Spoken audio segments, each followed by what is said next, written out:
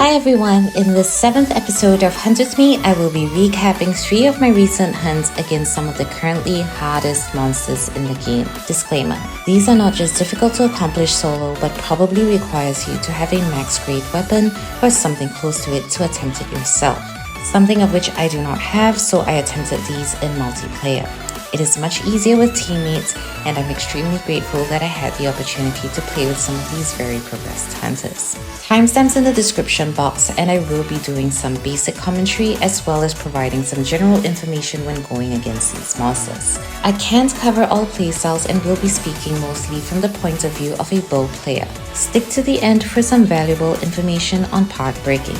Without further ado, let's get into it. First up, we have the 9-star Pink Rathian. This run was recorded during the Pink Rathian event last week, and we managed to clear quite a few of these but not without some struggle. King is on a max grade Black Diablos bow, and Shoguru is on a max grade Diablos hammer. Yin is on a 9.1 Black Diablos bow and me on a 8.2 Kadachi bow. Shoguru is locked onto the monster's head throughout for dealing KO damage, but it's a lot more difficult for him in multiplayer hunts, especially as the rest of us are ranged users and Pink Rathian travels a lot. For us bow users, positioning matters a lot as we're all on pierced bows. After the major weapon rebalances, pierced shots are a lot more punished if you do not keep critical distance of about 1.5 to 2 evades away. This is especially important for going against Pink Rathian, also because the Pink Rathian can stagger you with wind whenever it flies towards you, so you want to always maintain some distance from it. Just like the Rathian and Rathalos, bow users will want to be piercing through its wings. Next up, 8-star Zinogre. I'm really just fitting this hunt in to have some mandatory Huntathon content. Don't worry, I'm skipping to just the Zin fight. I'm sure you guys are already aware at this point that there is no multiplayer HP scaling for Huntathons, so this is way easier to accomplish as a team. In general, all monsters have about 1.7 times more HP on average, and 8-star monsters in Huntathons are basically like a slightly weaker 9-stars. So it's no joke for solo. You probably need a max grade weapon or something close to it to do it on your own. A bit about min-maxing for 8-star Zinogre Huntathons. You'll want to be doing this with a hunter that is using a severing weapon like SNS, longsword or DBs. This is for a tail cut and a rarity 6 plate chance on broken tail. The next best reward is rarity 5 on broken horn, and next would be rarity 4 from the forelegs, which is not too bad as well. Though the forelegs can be quite a challenge to break depending on your weapon, it's difficult for ranged weapons but good for melee weapons. As always, you can check all weak spots, breakable parts, and respective material drops on mhn.quest. Lastly, we have our bad boy 8-star Black Diablos, the tankiest monster in the game, and I'm so glad to have had the opportunity to attempt this. In one of my previous Hunt With Me episodes, I showcased a 3-man Black Diablos hunt that I wasn't in that took them the full timer. It was a team of 2 melee users and 1 range user, so it was arguably a lot harder. The full squad in this run, however, was using the Black Diablos bow. In is on a 10.5 max grade, Inferno on 9.1, me on 8.4, and Chicken Rice on 8.1. It was quite easy and we were not at all lacking in damage. We were all on focus 5, burst 2, no part breaker for this, just full damage. Veering a little off topic, I have gotten some questions regarding what to do with Black Diablos mats, so I will be addressing it once and for all.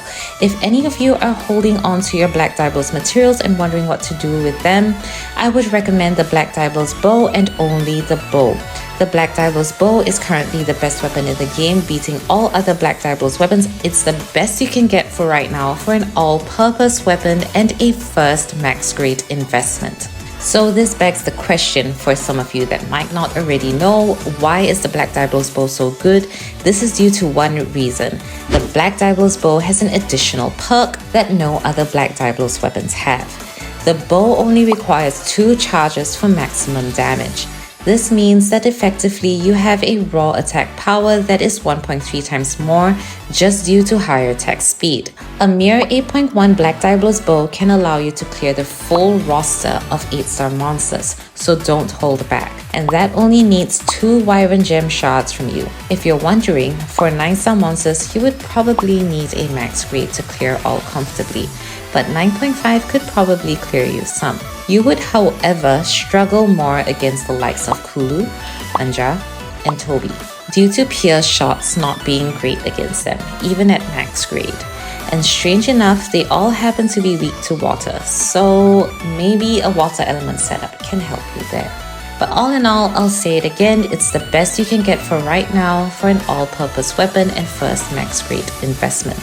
Let's hope it doesn't get nerfed, and if you don't yet have an 8.1 Black Diablos bow, wait for the next event to farm it up. Some general tips for farming Black Diablos is you want to break the back, horns, and tail, ideally for every run, for these respective rewards. Special tip: do note for ranged weapons that you do not need to maintain critical distance for full part breaking damage. Yes, you heard me right, you do not need to maintain critical distance. You will deal full part breaking damage even if you're hugging the monster. So if you're worried about killing the monster too fast before you can break parts, all you'll have to do is get up close. I have lost the videos to the recent testings revealing this absolute groundbreaking tactic, but you can try it out for yourself. It really works. Thank you so much for tuning in, and if you found this useful in any way, please do leave a like and subscribe for more Monster Hunter Now content. Hope you guys had a great week, and I'll catch you in my next video. Bye bye!